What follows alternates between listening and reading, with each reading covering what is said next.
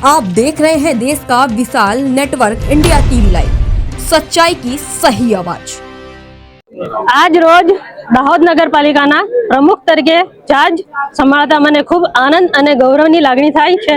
હું દાહોદ શહેરની જનતાને વિશ્વાસ અપાવું છું કે શહેરના સર્વાંગી વિકાસ અને સંપૂર્ણ નિષ્ઠા અને જવાબદારી સાથે કાર્ય કરીશ। શહેરમાં સ્વચ્છતા, પીવાનું પાણી, સ્ટ્રીટ લાઇટ તેમજ નાગરિકની દરેક જરૂરિયાતને લાગણી સમસ્યાઓના કાયમી અને અસરકારક નિવારણ માટે હું તત્પર પ્રયત્નશીલ। દાહોદ શહેરની વધુ સ્વચ્છતા, સુંદર અને સુવિધાભર બને એ માટે અમારી ટીમ પ્રતિબદ્ધ છે।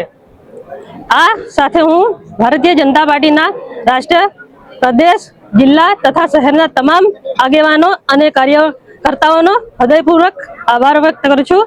હું જે તેમણે અમારા ઉપર વિશ્વાસ મૂકી મને દાહોદ શહેરની સેવા કરવાની આ મહત્વપૂર્ણ જવાબદારી સોંપી, હું વિશ્વાસ અપાવું છું કે જનતાની અપેક્ષાઓ પર ખરી ઉતરીશ।